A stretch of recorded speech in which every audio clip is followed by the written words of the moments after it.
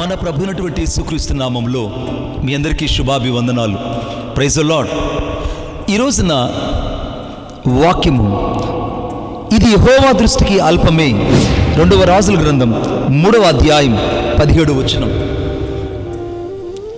ఈ వాక్యంలో ఆయన మోయాబీలను మీ చేతికి అప్పగించును, ఇది యెహోవా దృష్టికి అల్పమే అని రాయబడింది.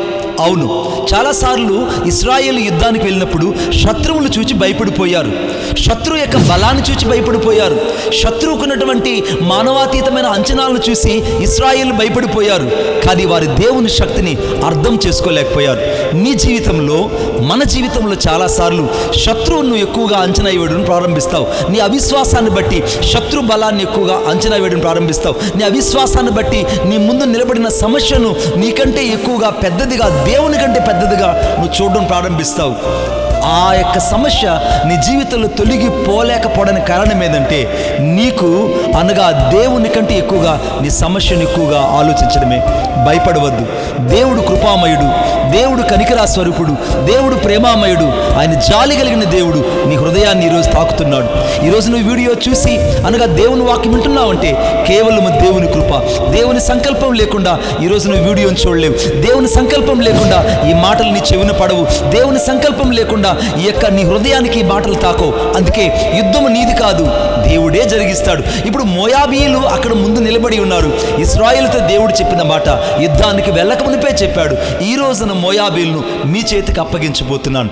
ఈ రోజు నా దేవుడు నీకు ఇస్తున్న వాగ్దానం అంటే తెలుసా, ఇది దేవుని దృష్టికి చాలా అల్పమైనది. నీ జీవితంలో అద్భుతాలు చేయడం అల్పమైంది.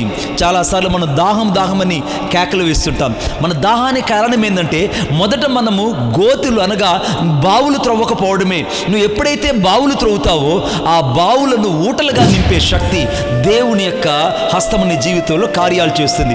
అవును, మొదట నువ్వు ఎప్పుడైతే ఊటలు కలిగినటువంటి బావుల కొరకు గుంతలు తీయడం ప్రారంభిస్తావో అప్పుడు దేవుడు జలగల ఊటలను ఇవ్వడం ప్రారంభిస్తాడు. శత్రువులు పూజ చేస్తున్నారు, మళ్ళా ఇస్సాకు బావులు తవ్వుతున్నాడు.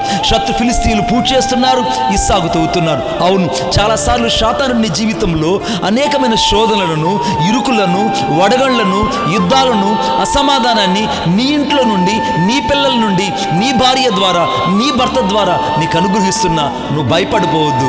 దేవుడు ఈ రోజున మోయాబీయులు లాంటి సమస్యను నీ చేతికి అప్పగించబోతున్నాడు. శత్రువైన మోయాబు రాజును నీ చేతికి దేవుడు అప్పగించబోతున్నాడు. యుద్ధంలో దేవుడు నీకు విజయాన్ని ఇవ్వబోతున్నాడు. నీ యొక్క నిరుద్యోగంలో దేవుడు ఉద్యోగాన్ని ఇవ్వబోతున్నాడు. నీ అసమాధానంలో దేవుని సమాధానం చూడబోతున్నావు. నీ ప్రతి పరిస్థితుల్లో దేవుని యొక్క శక్తి నీ జీవితంలో నిశ్చయంగా నువ్వు చూడబోతున్నావు. భయపడుకు. దేవుడు నిన్ను దీవించునుగాక. ఆమేన్.